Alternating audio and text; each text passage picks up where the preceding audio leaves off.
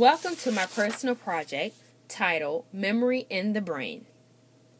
My name is Tayler, and my project is about the memory process in the brain.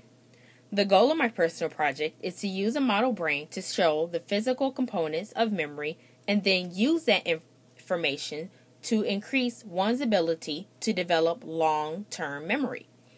I will demonstrate the following information on the computer. During my presentation, I will answer my research question: what is memory, what creates memory, and what are the elements of memory. There are two types of memory: short-term and long-term memory. Short-term memory is known as working memory because it is used to store information to only accomplish activities being performed right then. Long-term memory, on the other hand, is more like a filing cabinet because it stores information to be retrieved for later use. Before demonstrating my learning on the computer, I would like to define key points that I will be using in my demonstration. There are 4 other types of memory, such as working memory. It is used for temporary storage and information manipulation. This is normally intertwined with short-term memory. However, short-term memory is really just a component of working memory. Motor memory is the control practice actions to learning a new skill, such as reading, writing, and sports. Visual spatial memory is a combination of the visual cortex and the spatial space direction of the temporal lobes. Language memory is crucial to communication because it gives us the ability to associate words with objects. Now on to the physical components of the brain with memory. The cerebrum has a tissue called the cortex, and it helps retrieve information to the cerebral cortex and the hypothalamus. Right here you can see the cortexes.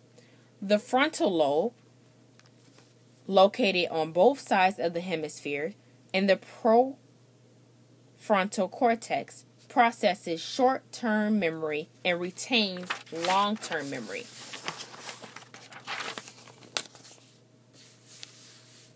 The parietal lobe processes sensory information and different senses and manipulation of objects that take place. The temporal lobe is involved with the senses of smell, sound, processes of speech, vision, and process of stimuli, which is detecting faces and scenes. This lobe is the main role to long-term memory. As for the occipital lobe, it senses of sight. The medial temporal lobe, which is the inner temporal lobe near the vision of the line of the left and right hemisphere, about right here. It has regions inside of it known as a limbic system. The hippocampus controls the spatial memory, which is space. The amygdala processes short-term memory such as emotion, reactions, and senses of smell. As for the thalamus processes sensory information. And for the cingulate gyrus, maintains sensory with emotion, causing the information to be stronger. As for the memory process, to remember anything, one must see or know what encoding is, store it in one's mind, known as storage, and bring it back up from time to time, known as retrieval or recalling. In addition to these processes, it is another process tied to encoding, however defined as a separate process known as consolidation. Encoding is the first and most important step when creating a new memory. It allows it allows in new information and old information being retrieved. It takes information to the amygdala where only true sensations are to be processed. These information is stored into the different cortexes combined in the hippocampus to create one experience. And in this process, the hippocampus decides whether or not if the sensory information will be stored in long-term memory by comparing it to previous memory. There are 4 types of encoding: acoustic, visual, tactile, and semantic. Tactile is touch, semantic is sensory that has meaning. Short-term memory encodes on acoustic, while long-term memory encodes on semantic. For example, new information is connected to the old memory. It gives memory more of a personal meaning, improving the ability to retrieve information, which connects us to consolidation.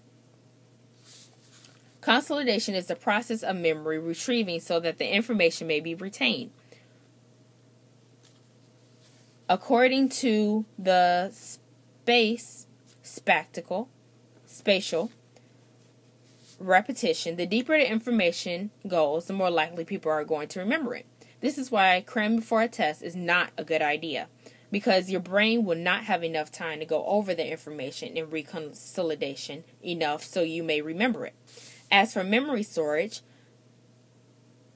it is the process of retaining the information.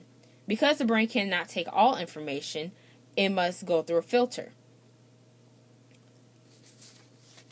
Each cortex has its own set of neutrons, which is encoded redundantly just in case an engram, which is a memory trace, is wiped clean. That way you have more than one pathway to retrieve it.